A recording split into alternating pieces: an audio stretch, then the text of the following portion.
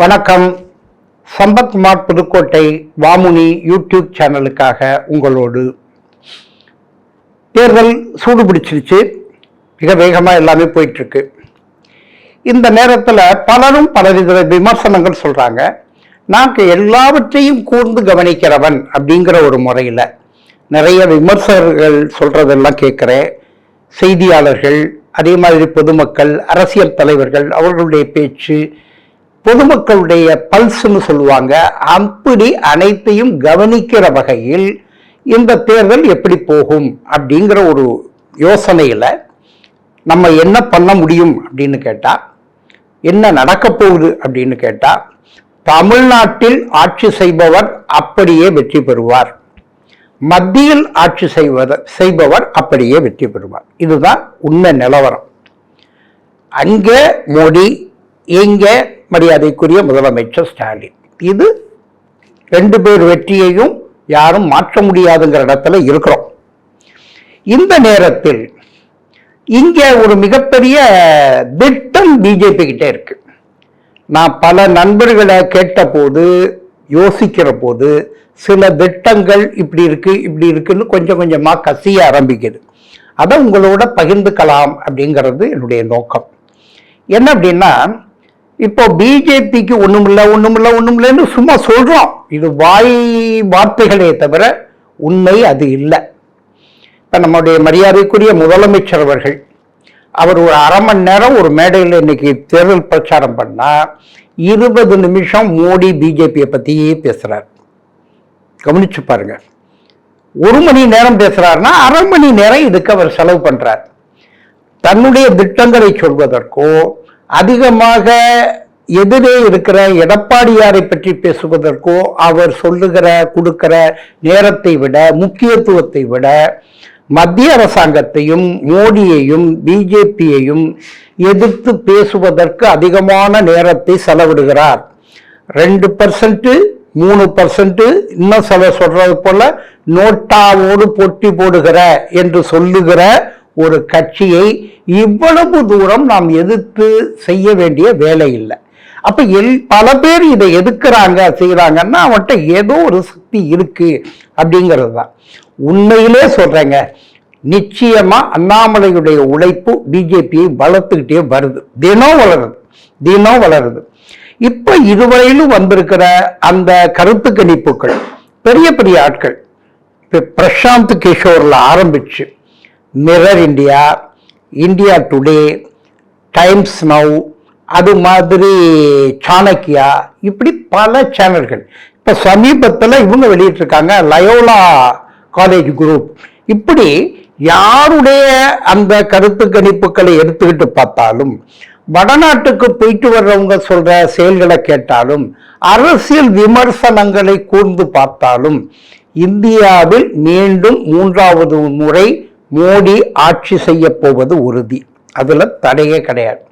But அப்ப இந்த தேர்தலில் இங்க இவ்வளவு போட்டி போடுறாங்களே, இங்க சீட்டு கிடைக்குமா அப்படின்னு, அது ஒன்றும் பெரியதில்லை. ஒரு 4 சீட்டோ 3 சீட்டோ கிடைச்சா கூட இது போய் ஒரு பெரிய ஒத்துழைப்பு கொடுக்க போறதில்லை. ஆனா அவங்களுடைய திட்டம் அதை விட பெருசா இருக்கு. 26இல் தமிழ்நாட்டில் குறைந்தபட்சம் கூட்டணி ஆட்சியாவது பிஜேபி ஏற்படுத்தும் அப்படிங்கிறது தான் அவங்களுடைய திட்டமா இருக்கு. அது எப்படி முடியும் அப்படின்னா, ஏறி வர்ற அந்த ஏற்றம் இன்றைய நிலையில் பிஜேபி கூட்டணி பரவலாக 20லிருந்து 25% ஓட்டுக்களை பெறும் அப்படிங்கிறது தான் இன்றைக்கு இருக்கிற நிதர்சனமான உண்மை. நான் பிஜேபி சார்ந்து பேசல, ஆனா யதார்த்தம் இது அப்படின்னு சொல்றேன். 5% இருக்கும்ல மாங்கனிக்கு, டாக்டர் ராமதாஸ் உங்களுக்கு 5% ஓட்டு இருக்கும்ல, டிடிவி, ஓபிஎஸ், தேவநாதன் யாதவ், அவர் ஏசி சண்முகம், பாரிவேந்தர், இப்படிப்பட்டவங்க எல்லாரும் சேர்ந்து ஒரு 5% இருக்காதா? அப்ப கூட்டணி கட்சிகளே 10%, இவங்ககிட்ட ஒரு 10 இருந்தாலும் முடிஞ்சு போச்சுல்ல. 20 தாண்டி தான் அந்த கூட்டணிக்கு கிடைக்க போகுது. இது முதல் விஷயம்.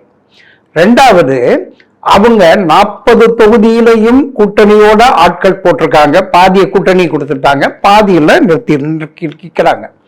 இந்த 40ல் 30 நல்லபடியா கவனிக்கிறாங்க. 20 ரொம்ப கான்சென்ட்ரேட் பண்ணி போட்டியை உருவாக்குற மாதிரி பண்ணியிருக்காங்க. 10 மிக கடும் போட்டி, அவங்களுடைய இலக்கு 5ஐயாவது எடுக்கிறது அப்படிங்கிறது அவங்களுடைய இலக்காக இருக்கு. இன்னைக்கு உண்மையிலேயே வரிசையா நீங்க தொகுதிகளை பார்த்தீங்கன்னா தமிழிசை சவுந்தரராஜன் தென் சென்னை, அது மாதிரி வேலூர் ஏசி சண்முகம், தர்மபுரி சௌமியா அன்புமணி, நீலகிரி எல் முருகன், கோவை நம்முடைய அண்ணாமலை, அதே மாதிரி இவங்க இந்த பக்கம் வந்துட்டீங்கன்னா தேனி டிடிவி, ராமநாதபுரம் ஓபிஎஸ், திருநெல்வேலி நயினார் நாகேந்திரன், பொன்னார் கன்னியாகுமரி, இப்படி ஒரு கணக்கு இப்படி வரிசையா பார்த்தீங்கன்னா வெற்றி பெறுகிற மிக கடுமையான போட்டியில் இருக்கிற வேட்பாளர்கள்ங்கிறவங்க 10 பேர் இருக்காங்க. இதுல அவங்க 4-5 தொகுதியாவது எடுக்கிறது அப்படிங்கிற அந்த வேட்கையில வேலை செய்யறாங்க. ஏன் அப்படின்னு கேட்டா, என்ன இப்ப 4 பெருசா என்ன பண்ண போகுது அப்படின்னா, அவங்களுடைய திட்டம் ஆல்ரெடி 3 மந்திரி இருக்காங்க. இப்ப கிட்டத்தட்ட எல்முருகன் அமைச்சரா இருக்காரு. அதோட இப்பதான் போய் பதவி எடுத்துக்கிட்டாரு, ராஜ்யசபா உறுப்பினரா பொறுப்பெடுத்துக்கிட்டாரு. இப்ப பார்லிமெண்ட்ல ஜெயிச்சாலும் அவர் 2 உறுப்பினர் ஆயிடுவாரு, ஏதாவது ஒண்ணு ரிசைன் பண்ணுவார். ஆகையினால அவரு மந்திரிங்கிறது தீர்ந்து போச்சு. அதுக்கப்புறம் நிர்மலா சீதாராமன் அவங்க இருக்கிறது அப்படியே தான் இருக்க போறாங்க. அதே மாதிரி ஜெய்சங்கர், ஃபாரின் ஒர்க்கு நல்லா தெரிஞ்சவர் ஜெய்சங்கர், அதனால அவரும் நீடிப்பார். இந்த 3 பேரும் நீடிக்கிறாங்க அப்படிங்கிறதுல எந்த மாற்றமும் இல்லை. அதை தாண்டி அவங்களுடைய திட்டம் என்னன்னா, இன்னும் குறைஞ்சது 3லிருந்து 4 பேரை தமிழ்நாட்டில் மத்திய அமைச்சராக்கிறது. அந்த பட்டியலில் இருக்கிறதுல ஒன்று அண்ணாமலை, இன்னொன்று ஓபிஎஸ், சௌமியா அன்புமணி, இப்படி அவங்களுடைய திட்டம் விரியுது. இது எதுக்காக அப்படின்னு கேட்டா, தேர்தலுக்கு அப்புறம் நான் சொல்றவங்க எல்லாம் இவங்க ஜெயிச்சா தானே அப்படின்னு இல்லை. அவங்க திட்டப்படி இந்த மாதிரி ஒரு சிலர், அதாவது அண்ணாமலை அல்லது ஓபிஎஸ் மாதிரி இருக்கக்கூடியவங்க கண்டிப்பா வெற்றி பெற்றாலும் பெறாவிட்டாலும் அவர்கள் அமைச்சர்கள் அப்படிங்கிறத நோக்கி நகருது அந்த திட்டம். தமிழ்நாட்டில் 7 நாள் வாரம்னு சொன்னா, ஒவ்வொரு வாரமும் ஒரு விடிஞ்சா ஒரு மத்திய அமைச்சர் தமிழ்நாட்டில் இருப்பார். ஞாயிற்றுக்கிழமை ஒருத்தர் இருப்பாங்க, திங்கட்கிழமை ஒருத்தர் இருப்பாங்க, செவ்வாய்க்கிழமை ஒருத்தர் இருப்பாங்க. தமிழ்நாட்டில் எங்கேயாவது ஒரு மூலையில் ஏதாவது ஒரு மாவட்டத்தில் எதையாவது திறந்தோம், ஆரம்பித்தோம், செஞ்சோம், அதுக்கு போனோம் இதுக்கு போனோம்னு மத்திய அமைச்சர் தினந்தோறும் ஒருவர் தமிழ்நாட்டுக்குள் வலம் வரப்போகிறார். அப்படி வர்ற போது என்ன ஆகும் அப்படின்னா நீங்களே யோசிச்சுக்கோங்க. இப்ப வர்ற குரோத், இன்னும் சொல்ல போனா பல வாக்குகள் வாக்காளர்கள் ரகசிய வாக்காளர்களா இருக்காங்க. எந்த சேனலுக்கும் உண்மை சொல்றது இல்லை, எந்த நிருபர் கேட்டாலும் கேட்கறது ஒண்ணு, பதில் சொல்றது ஒண்ணு. இந்த புள்ளி விவரங்களுக்குள் அடங்காத கருத்து கணிப்புகளை எல்லாம் தாண்டிய ஓட்டர்ஸ் இருக்காங்க. அது பிஜேபியை போய் சேர்றது அப்படிங்கிறதுல நம்ம துல்லியமா கவனிச்சு பார்த்தா தெரியுது. ஆகையினால நிச்சயமா பிஜேபி ஒரு மிகப்பெரிய திட்டத்தை கையில வச்சிருக்காங்க. அந்த திட்டம் வருகிற 26 தமிழ்நாட்டில் கூட்டணி அமைச்சரவை அமைப்பது. அதுக்கு முன்னால அவங்க பல செயல்களை செய்ய போறாங்க. அதனால இருக்கிற திராவிட கட்சிகள் அவங்க கொஞ்சம் தங்களை தயார்படுத்திக்கணும் அப்படிங்கிற ஒரு வேண்டுகோள். காரணம், 4-5 தொகுதி பிஜேபியோ அல்லது அதிமுகவோ ஜெயிச்சாங்கன்னாலே 26ல் திமுக அப்படிங்கிற ஒரு விஷயம் கேள்விக்குறியாயிரும்.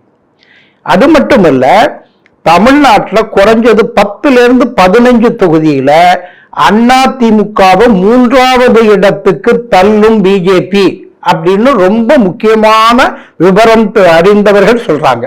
3வது இடம் அதிமுக, 10லிருந்து 15 தொகுதி. அது நடந்துச்சுன்னா அதிமுகவுக்கு சிக்கல் வரும். இப்படி பல்வேறு சிக்கல்களை தமிழ்நாட்டில் சந்திக்க இருக்கிறோம்.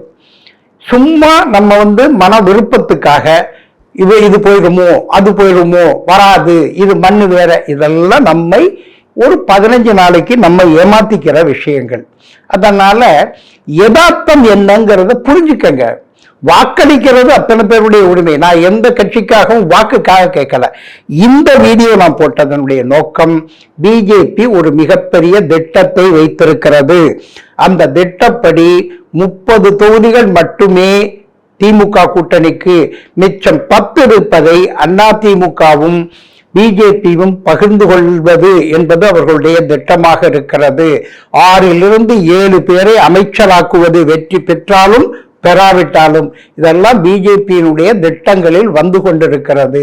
ஆகவே அதற்கு தகுந்தாற் போல இந்த தேர்தலை நீங்கள் பார்க்க வேண்டும் என்று கேட்டுக்கொள்கிறேன். நன்றி, வணக்கம்.